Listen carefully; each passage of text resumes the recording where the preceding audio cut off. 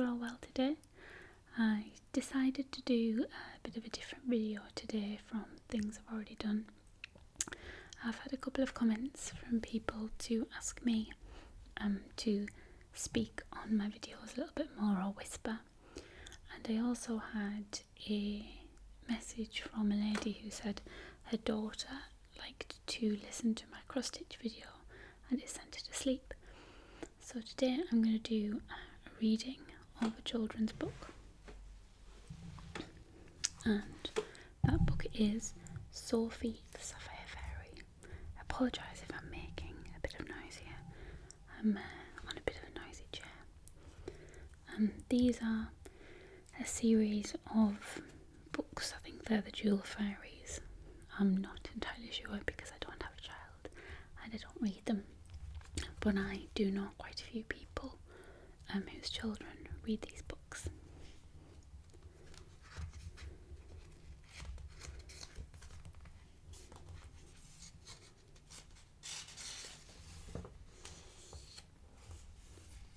So I'm assuming this is the map.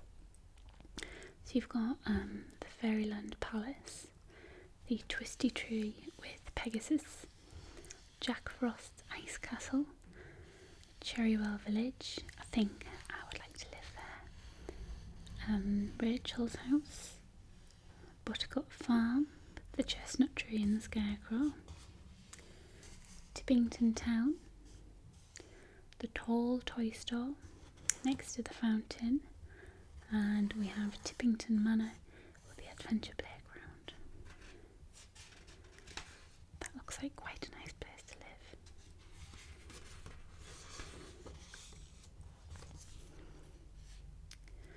By frosty magic I cast away these 7 jewels with their fiery rays, so their magic powers will not be felt, and my icy castle shall not melt.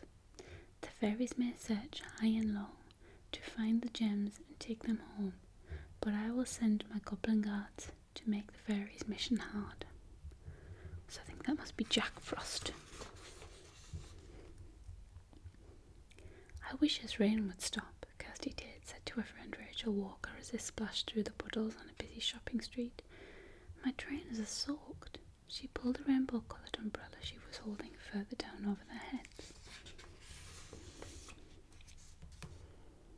Mine too, Rachel said.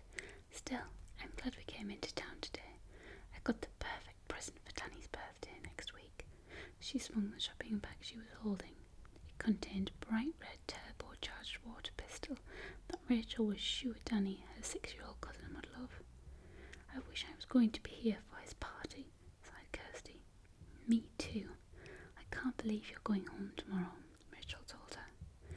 This week's gone so quickly. Too quickly, replied Kirsty. I just hope we find another jewel today. The two girls exchanged a look.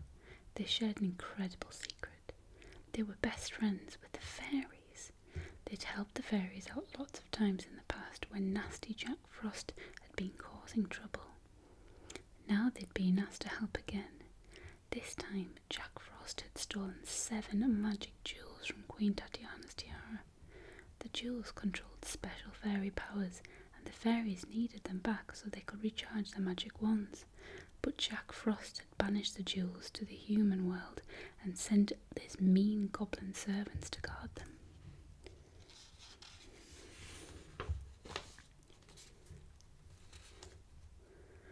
Rachel and Kirsty had already helped 5 of the jewel fairies get their magic jewels back, but there were still 2 gems missing. The sapphire that controlled the wishing magic, and the diamond that controlled flying magic. Rachel and Kirsty were keen to find them as soon as possible, because their fairy celebration to recharge their wands was supposed to be taking place the very next day. We need to find the missing jewels before tomorrow, Kirsty said anxiously. Maybe we should start looking now. But you know what Queen Tatiana always says, Rachel reminded her. Kirsty smiled. Don't look for magic. Let it find you, she said. Rachel nodded. You're right, she sighed. We must just wait and see what happens. Let's go this way home, she added, pointing down the street. We can walk past the mermaid fountain. I love the mermaid fountain, Kirsty agreed. It's so pretty, The mermaid fountain had a raised circular base with 3 stone steps leading up to a pool of glittering water. A beautiful stone mermaid and 2 leaping dolphins had been carved into the fountain. The mermaid's hands were raised above her head and she was holding a large dish.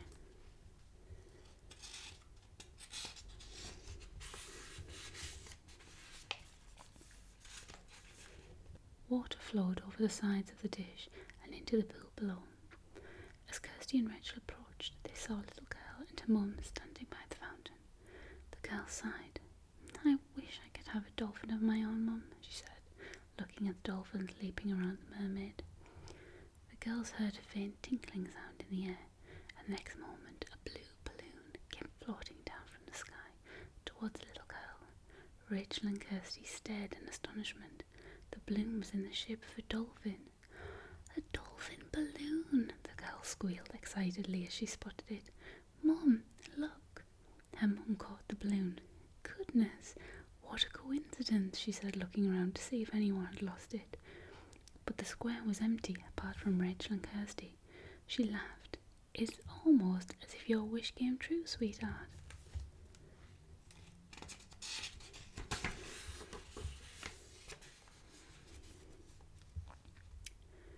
Rachel and Kirsty looked at each other. They were both thinking the same thing. Could the little girl's wish really have come true? The girl and her mum hurried off into the rain with the balloon. "Did you see the way that balloon just appeared out of nowhere?" Kirsty hissed to Rachel. "Yes, it was just after the little girl said she wished she had a dolphin. Do you think—" Rachel broke off as a man came walking towards the fountain with a little boy. They were sheltering under an umbrella. "Can I throw a coin into the fountain and make a wish, Dad?" the boy asked. His dad fished a penny out of the pocket of his jeans. "Tom, catch," he said with a grin, tossing the coin to his son. Tom caught the shiny penny and ran up the steps to the pool of water. "I wish that the rain would stop so Dad and I can play football," he declared. As he threw the penny into the pool, water splashed up.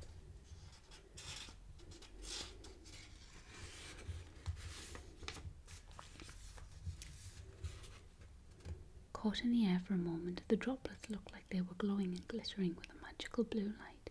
Again, the faint tinkle of bells seemed to echo through the air. As Tom ran down the steps, a ray of sunlight broke through the clouds, lighting up the grey stone of the fountain and making a rainbow in the rain. Then the grey clouds parted overhead and the rain slowly slackened and died away completely. "It stopped raining!" Rachel exclaimed, staring up at the sky. Tom's dad was also looking up in surprise. "What a quick change in the weather," he remarked. "It was my wish," Tom cried. "The fountain must be magic, Dad." His dad smiled at him. "Oh, Tom, you know magic isn't real. Come on, let's go home and get the football." Rachel and Kirsty stared at each other. Whatever Tom's dad might say, they knew the truth. Magic was real and wishes could come true. At least they could if there was a magical fairy sapphire about. "Oh, Rachel," Kirsty gasped as soon as Tom and his dad were out of earshot.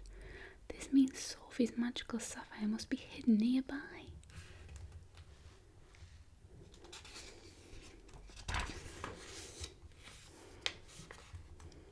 The Mermaid's Secret. "You're right, Kirsty. The sapphire must be here somewhere," Rachel said. She glanced around. They were the only people near the fountain now. "Let's have a look." Kirsty closed the umbrella and put it down on one of the 4 benches that were placed around the fountain. She took a quick look underneath the bench while Rachel peeped behind the bright red pillar box beside it. "Psst!" Kirsty and Rachel jumped. "What was that?" Kirsty asked. "Psst! Over here!" A silvery voice called softly. Rachel and Kirsty looked around wildly. Where was the voice coming from? "In the letterbox," the voice giggled. Both girls looked at the pillar box. Sitting in the letter slot, swinging her legs, was a very tiny, very pretty fairy. She had long, black, shiny hair held back in a ponytail, and she was wearing a short blue skirt and top. She waved at the girls. "Hello, I'm Sophie the Sapphire Fairy," she said, smiling. I've heard how you help the other jewel fairies. Please will you help me find my sapphire? Of course we will, Kirsty replied eagerly.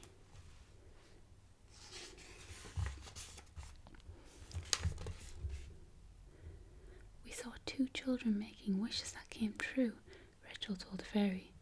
I know, Sophie replied. My sapphire is working its magic. Let's try and find it. Rachel began to hunt behind the bench and Sophie zoomed around the pillar box. I'll go and look in the fountain, Kirsty called, running up the stone steps.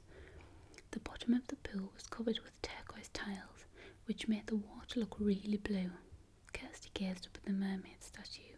She was even prettier close up. Kirsty noticed that the 3 cherubs climbing up the outside of the mermaid's dish were the ugliest cherubs she'd ever seen. They had really long noses and beady eyes.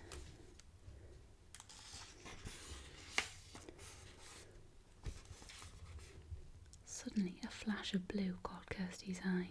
It seemed to be coming from just underneath the dish where the mermaid's hands were. Kirsty peered at the mermaid's left hand. Then she gasped, for there, tucked safely away in the mermaid's grip, was a sparkling blue jewel. Wow! Kirsty breathed, watching it glitter in the sunlight.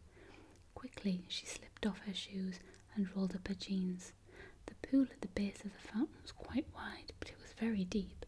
She could easily paddle across it and reach the statue. She stepped into the water. It was very cold and the tiles felt slippery, but she had to get the sapphire. Keeping her eyes firmly fixed on the jewel, Kirsty began to wade through the water. As she reached the mermaid, her heart pounded with excitement. She stretched up and gently eased the twinkling sapphire out of the mermaid's fingers. Then she turned to call her friends. Sophie! Rach! Ah!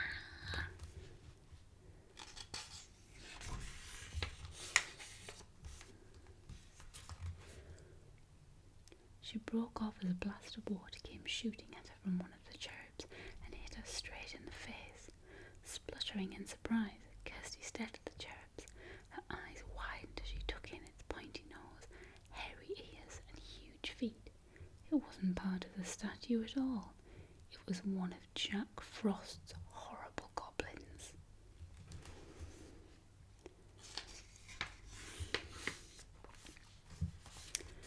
Kirsty in trouble. I think that this must be Jack Frost. The goblin leapt up onto the top of the dish. That's my master's jewel, he shouted. Put it back right now, pesky girl. Kirsty's heart hammered in her chest. To her horror, she saw that there was a second goblin on the fountain, also disguised as a cherub. No wonder the cherubs had looked ugly. This one was climbing down towards her with a mean look on his face. Kirsty turned to run, but she was too late. The approaching goblin reached out from the fountain and shoved her hard in the chest. Kirsty cried out as her feet slipped on the slimy tiles and she fell with a splash. As she landed, the sapphire slipped from her grasp and it flew through the air. It dropped into the pool and sank out of sight. Kirsty looked around frantically for the sapphire, but the tiles of the pool were so bright that she couldn't see the jewel against them. She felt around in the water. Where is it? She wondered. She had to find it before the goblins did. The 2 goblins jumped down from the fountain and splashed towards her, their beady eyes gleaming. Stay away! Kirsty gasped, struggling to her feet, but the goblins began splashing water at her so that she couldn't see a thing.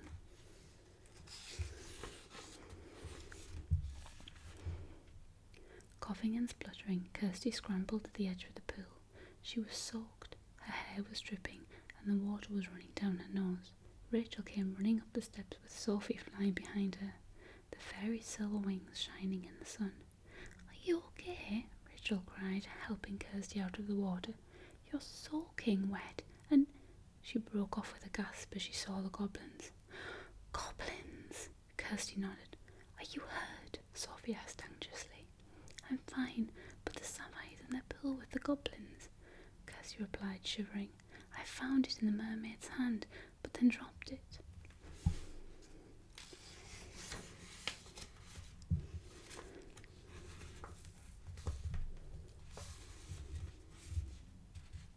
You're not getting Getting the sapphire back, one of the goblins yelled. It's ours now, he nudged his companion. Come on, snail brain, he ordered rudely. Hurry up and find it. I don't see why I should have to do all the work, the other goblin grumbled. He gave the first goblin a shove. You find it. No, you, the first goblin yelled, shoving him back. Shan't you do it? The water bubbled and foamed as the two goblins pushed each other around the pool, arguing loudly about who should find the jewel. We'll never get past those goblins to get to the sapphire. What are we going to do? Sophie said, flying to Rachel's shoulder as the two girls retreated down the steps to talk. Door, Kirsty said, her teeth chattering. You look freezing, Rachel told Kirsty, taking off her coat. Have my jacket. Thanks, Kirsty said gratefully. I wish I was warm and dry. Sophie gave a tinkling laugh. I can soon sort that out, she declared. I've got just enough wishing magic left in my wand for one small wish.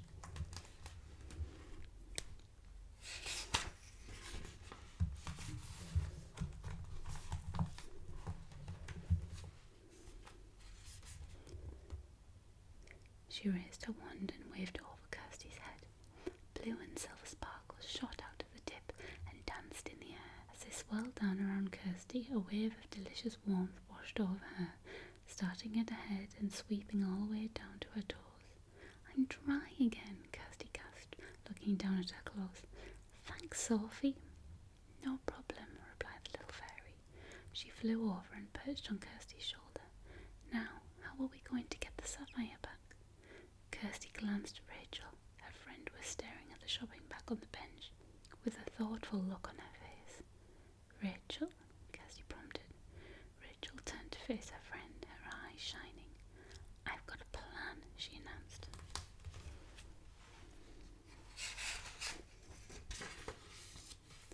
Into battle. Think the girls are ready to get the sapphire back.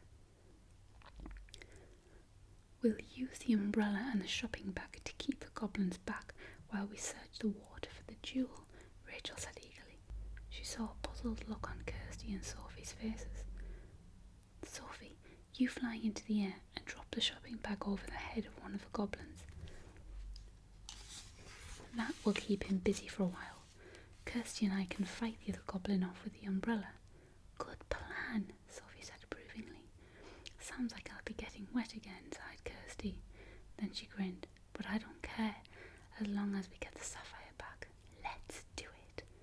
Rachel took a water pistol out of the bag while Kirsty checked that no one was coming.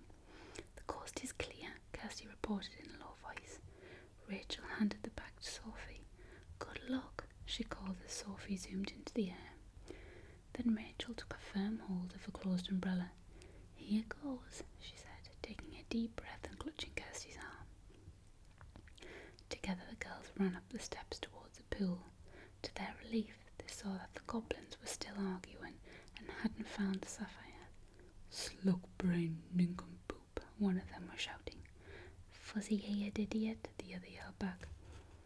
Holding the umbrella like a sword, Rachel stepped into the water.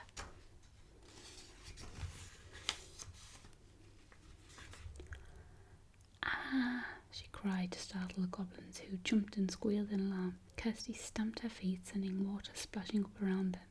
At the same moment, Sophie dived down from the sky and dropped the shopping bag neatly over one of the goblins' heads. Oi, what's going on? He yelled, staggering around in the water, unable to see or free his hands. It's all gone dark. Rachel swung the umbrella towards the other goblin. Quick, Kirsty, she cried. Look for the jewel. Seeing Kirsty reach down to search for the sapphire at the bottom of the pool, the goblins began to jump towards the girls, splashing his big feet so that Kirsty couldn't see into the water.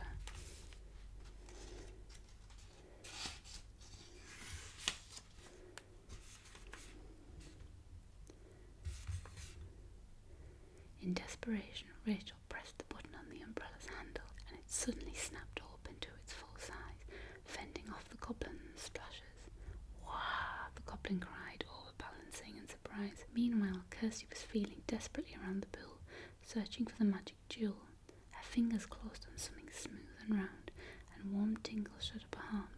She caught her breath. She knew that feeling. It was fairy magic. "I got it," she cried, pulling the sapphire from the water and scrambling to her feet. But just then Sophie sounded the alarm. "Watch out, girls," she cried from above.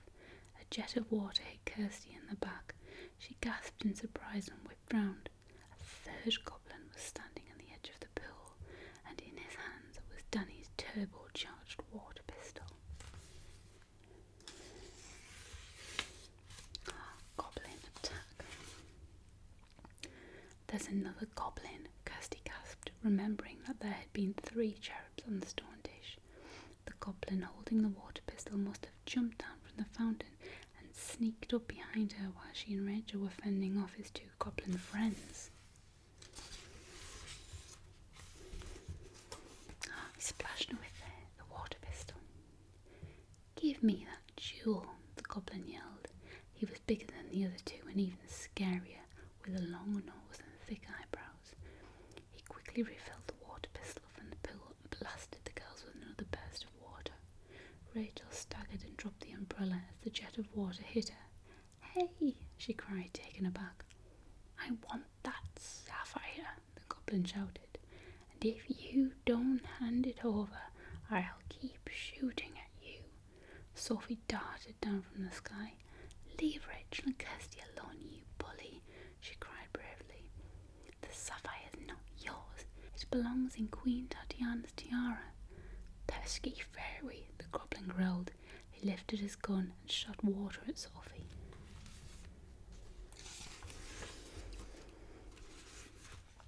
Who squealed in alarm and dodged just in time. The goblin fired again. This time Sophie only just managed to twist out of the way. Rachel grabbed Kirsty's arm. "We've got to stop him," she said anxiously. "If the water hits Sophie, it will knock her out of the sky." The goblin aimed the water pistol at Sophie again. "Stop it," Rachel shouted, wading forwards. Kirsty followed. "I've got a plan, Rachel," she hissed. "If we can just reach the edge, maybe we can knock him over. There's only one of him and there's 2 of us." But just then there was a triumphant yell from the middle of the pool. The girls looked round to see that the goblin under the shopping bag had managed to wriggle free. His goblin companion had grabbed the umbrella that Rachel had dropped in all the confusion. All 3 goblins grinned.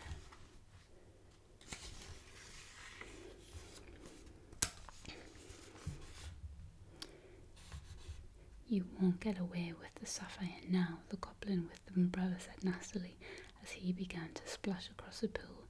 The goblin clutching the water pistol stepped into the water and began to wade towards the girls too. "We're trapped!" exclaimed Kirsty, seeing the goblins on all sides. "Quick!" Sophie cried from high above. "There are people coming down the street. They'll see what's happening. We have to get out of here with the sapphire." Sapphire! The word seemed to burst into Kirsty's mind. Of course, why hadn't she thought of it before? She was holding a magic jewel full of wishing magic. She looked at the advancing goblins. Could she use it to stop them? Hoping desperately that her plan would work, she lifted the sparkling stone and cried, "I wish." She glanced around for inspiration and her gaze fell on the mermaid's tail. I wish you goblins were fish." Blue and silver sparks shot into the air. As they were streamed down over the goblins' heads, there was a tinkling sound, and suddenly 3 goblins vanished. "Where have they gone?" Rachel asked. She looked down at the pool. "Oh." Kirsty stared into the water. 3 goldfish were swimming around her feet. They looked just like ordinary orange goldfish, except that they had extra long pointed noses and very beady eyes. "The sapphire worked," she breathed. "Of course it worked," Sophie cried, swooping down with a silvery laugh. "It's a wishing jewel, isn't it? It was a brilliant idea to use it like that, Kirsty." "Thanks," Kirsty said, smiling with relief. She bent down towards the water. "I hope you'll be very happy living here, little goblin fish," she said cheerfully, the fish darting irritably around her feet, and Kirsty could have sworn they had grumpy frowns on their faces.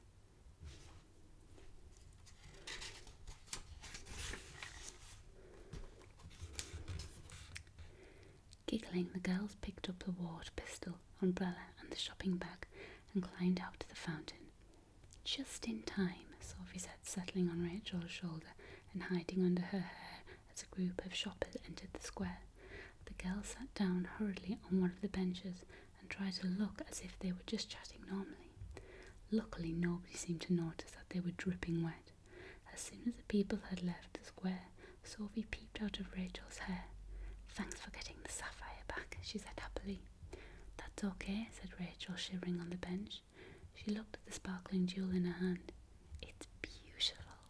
"I know," Sophie smiled. She touched her wand to the surface of the gem and blue sparks flew up. "And now that my wand is full of wishing magic again," she added, waving it in the air to leave a trail of blue and silver glitter. "Is there anything you two would like to wish for?" Kirsty and Rachel looked at each other. "We wish we were warm and dry again," they chorused.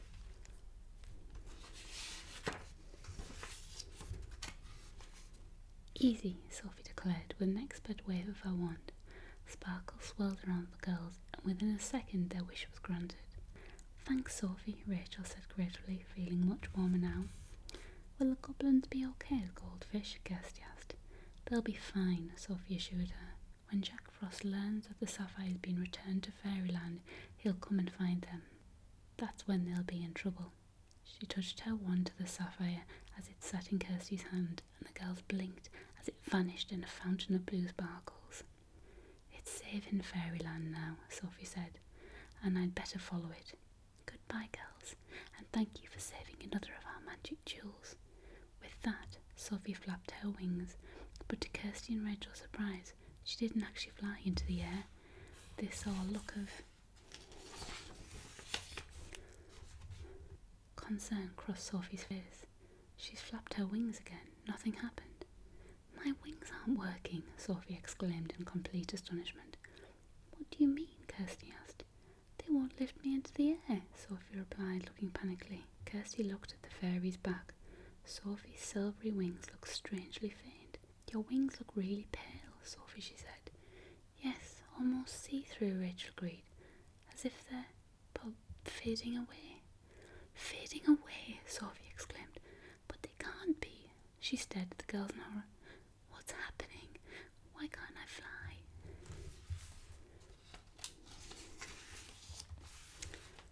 Fairy dust. "Maybe you're just tired," Rachel suggested hopefully. "You had to dart about a lot to avoid the water pistol." Sophie shook her head. "Fairies' wings don't fade when they get tired," she replied. Silvery tears filled her eyes. I think I must be ill." "Or perhaps," Kirsty said, thinking.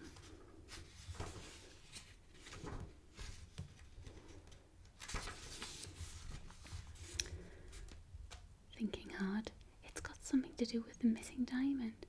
"Oh yes, the diamond," Rachel echoed.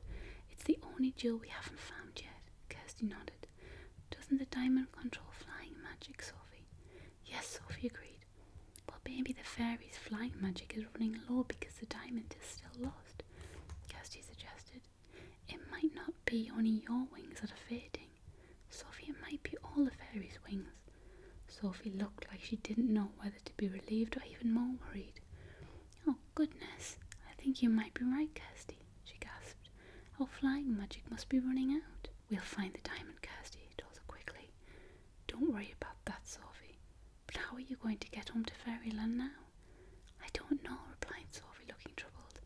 "How can I get back without wings?" "I've got an idea," Rachel said. "We could use some of our fairy dust." "Oh yes," Kirsty agreed. She reached into the neck of her t-shirt and pulled out a golden locket. Rachel had a matching one. "Queen Tatiana gave us these lockets," she told Sophie. "They're full of fairy dust for us to use if ever we need to get to Fairyland. And there's no reason why the fairy dust wouldn't work on a fairy, is there?" Rachel asked Sophie. "No," cried Sophie. "In fact, I'm sure it would take me straight back to Fairyland."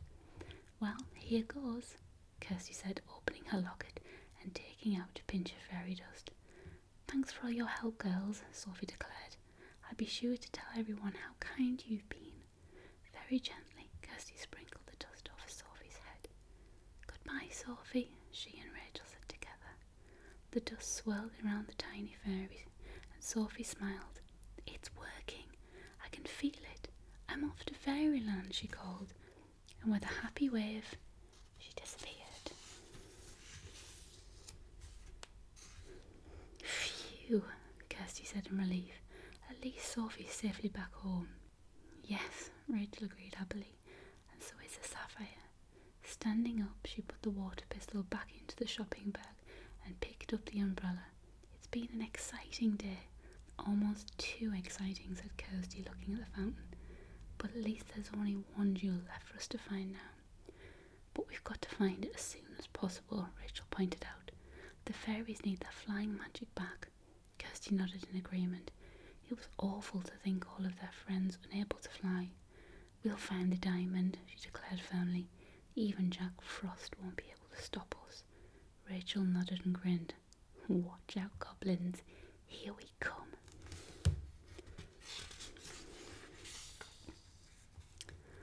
And then the next